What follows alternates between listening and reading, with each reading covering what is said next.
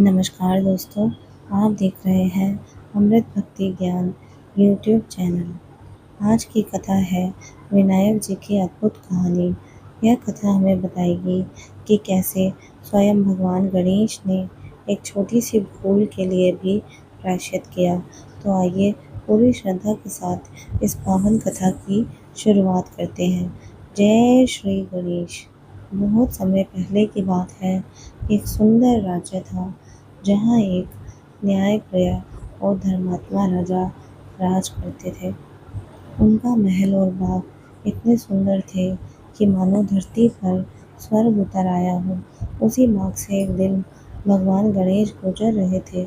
चारों ओर खिले फूल, मंद मंद चलती हवा और पक्षियों का मधुर स्वर। तभी अचानक उनके हाथ से एक कोमल फूल टूट गया। क्षण भर के लिए समय जैसे ठहर गया।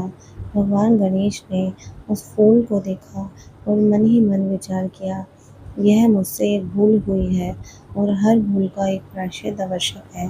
भगवान गणेश ने निर्णय लिया, मैं इस भूल का प्रायश्चित करूँगा। और तभी उन्होंने एक छोटे मासूम बालक का रूप धारण किया, विनायक का रूप। वह सीधे राजा के महल के द्वार पहुँचे। दरवाजे पर खड़े सैनिकों ने पूछा, कौन हो तुम? बालक ने मुस्कुराकर कहा, मैं एक गरीब बालक हूँ, मुझे काम चाहिए, सेवा करनी है। राजा तक बात पहुँची। राजा ने बालक को देखा। उसके चेहरे पर मासूमियत थी, आंखों में एक अलग ही चमक। राजा ने तुरंत कहा, इसे महल में काम दे दो। कुछ दिन बीत गए। एक दिन रानी जी शौच क्रिया से निवृत्त होकर अपने हाथ चूल्हे की राख से धोने जा रही थी कि तभी विनायक जी वहां पहुंचे। उन्होंने देखा और तुरंत बोले, रानी जी ऐसा मत कीजिए। और उन्होंने राख को हटा दिया और रेत से उनके हाथ धुलवा दिए। रानी को बहुत क्रोध आया। वह तुरंत राजा के पास पहुंची। राजा जी, आपने यह कैसा नौकर रखा है? यह हर काम में दखल देता है। राजा ने विनायक को बुलाया। तुमने ऐसा क्यों किया? बालक ने शांत स्वर में कहा, राजा जी, राख में लक्ष्मी का वास होता है, उसे अशुद्ध कार्य में उपयोग करना उचित नहीं है। राजा चुप हो गए। उन्होंने सोचा, यह बालक सही कह रहा है।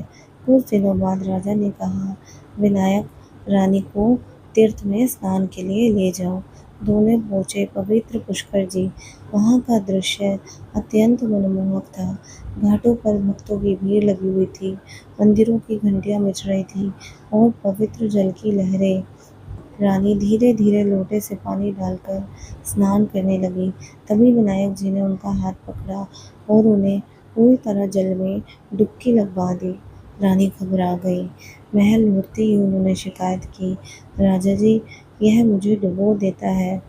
राजा ने फिर विनायक को डांटा।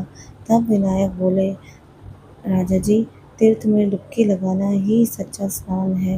राजा फिर सोच में पड़ गए कि बात तो सही है। कुछ समय बाद राजा ने एक भव्य हवन का आयोजन किया। उन्होंने विनायक से कहा, रानी को बुला कर लाओ। विनायक जब रानी के पास पहुंचे तो उन्होंने देखा, रानी ने काले और नीले रंग के वस्त्र निकाल रखे थे पहनने के लिए। विनायक जी ने तुरंत उनके वस्त्र फाड़ दिए। रानी क्रोधित हो गई और राजा के पास गई और राजा ने विनायक को फटकारा, यह क्या किया तुमने? विनायक शांत स्वर में बोले, राजा जी, हवन में शुद्ध और शुभ रंग के ही वस्त्र पहनने चाहिए। हवन पूजा में लाल रंग की चुनरी ही शुभ मानी जाती है। राजा ने फिर सोचा कि यह बालक तो सच में ज्ञान से भरा है। हवन आरंभ होने वाला था। राजा ने कहा, गणेश जी की स्थापना करो। विनायक जी मुस्कुराए। राजा जी, पहले आप आंखें बंद कीजिए। राजा ने जैसे ही आंखें बंद की, एक तेज प्रकाश प्रकट हुआ। पूरा महल दिव्य ऊर्जा से भर गया और उसी बालक के स्थान पर भगवान गणेश अपने असली रूप में प्रकट हुए। राजा रानी भाव विभोर हो गए। भगवान गणेश बोले, राजन, मैं तुम्हारे बाग से गुजर रहा था, तभी मुझसे एक फूल टूट गया। उसका प्रायश्चित करने के लिए मैंने यहाँ सेवा की। और फिर उन्होंने राजा रानी को आशीर्वाद दिया कि तुम्हारे राज्य में सुख समृद्धि बनी रहेगी, अन्न और धन की कमी कभी नहीं होगी। राजा रानी ने हाथ जोड़कर प्रणाम किया और देखते ही देखते भगवान अंतर्ध्यान हो गए। तो दोस्तों, यह थी विनायक जी की अद्भुत कथा। यह हमें सिखाती है हर कर्म का फल मिलता है, छोटी भूल का भी प्रायश्चित करना ज़रूरी है और भगवान हमेशा हमारे साथ हैं। अगर आपको यह कथा पसंद आई हो तो हमारे यूट्यूब चैनल को लाइक करें, शेयर करें, सब्सक्राइब करें और कमेंट में जय श्री गणेश ज़रूर लिखें। धन्यवाद।